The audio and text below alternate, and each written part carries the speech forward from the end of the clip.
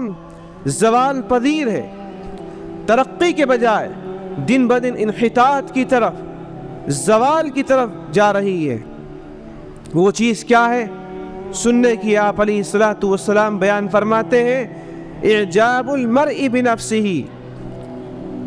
کہ آدمی خوش فہمی کا شکار ہو جائے، یعنی آدمی اپنی نظر میں صرف اپنے آپ کو حیثیت دینے لگے، سامنے والے اس کی نظر میں کوئی اہمیت اس کی نہیں ہے۔ سامنے والا عمر دراز ہے، علم والا ہے، تقوی والا ہے، پرہیزگار ہے، نیک اعمال کرنے والا ہے، تہجد گزار ہے، صوم و صلات کا پابند ہے، اور برائیوں سے دور رہنے والا ہے، لوگوں کی غیبتوں سے دور رہنے والا ہے، لیکن پھر بھی اس کی نگاہ میں سامنے والے کی کوئی عزت نہیں ہے۔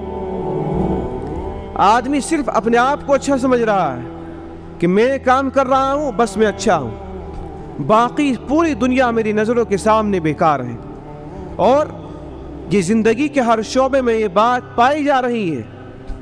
اگر آدمی اپنا کوئی مکان بنا رہا ہے تو سب سے بہترین انجینئر اپنے آپ کو سمجھ رہا ہے۔ کوئی اگر تجربے کار آدمی اس کو مشورہ دے رہا ہے تو اس کا مشورہ ماننے کے لیے تیار نہیں ہے۔ اگر آدمی دکاندار ہے تو سب سے بڑا بہترین تجربے کار تاجر وہ اپنے آپ کو سمجھ رہا ہے۔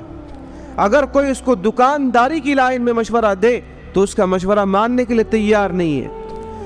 کاروباری کسی بھی لائن کا آدمی ہے وہ اپنے آپ کو سب سے اعلیٰ سمجھ رہا ہے۔ اسی طریقے سے اگر آدمی نماز کا پابند ہے، وہ 5 وقت کی نماز کا عادی ہے، تو وہ اپنے آپ کو سب سے بہترین، بالکل سنت کے مطابق، سنت کے طریقے پر نماز پڑھنے والا سمجھ رہا ہے کہ میں بالکل سنت کے طریقے پر نماز پڑھ رہا ہوں، باقی دوسرے لوگ غلط کر رہے ہیں۔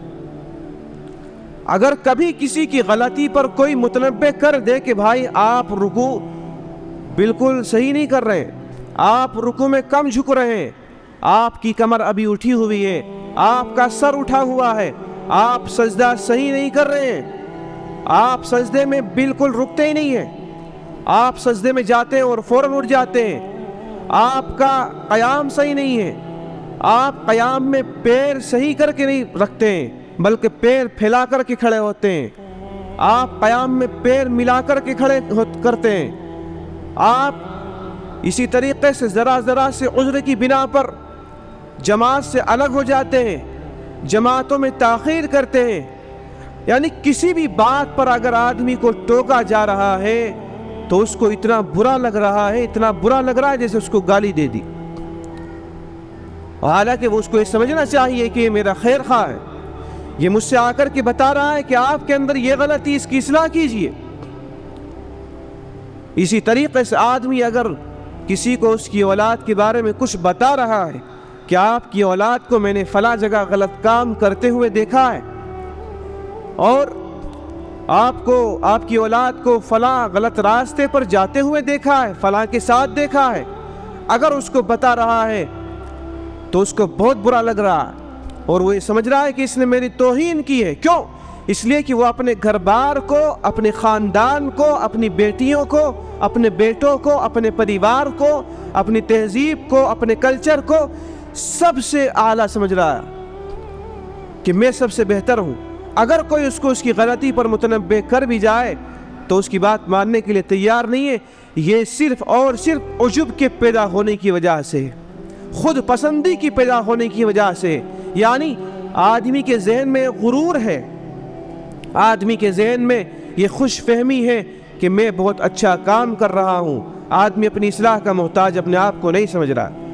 اور یاد رکھیے، جب تک یہ چیز پیدا نہیں ہوگی کہ آدمی ہر وقت اپنے آپ کو اصلاح کا محتاج سمجھے، اس وقت تک ہم اپنے آپ کو ترقی کی طرف بالکل نہ سمجھے، ہمیں ترقی ملنے والی نہیں ہے۔ صحابہ کرام رضی اللہ عنہم اجمعین کو ترقیاں کیوں ملی؟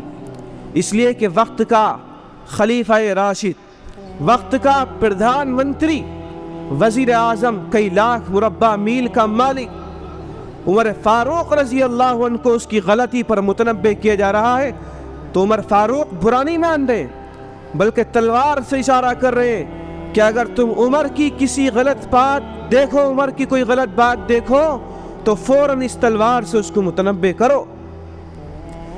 جب وقت کے خلیفہ راشد کا یہ حال ہے تو وقت کی قوم کا بھی یہی حال ہوگا اس وقت کی۔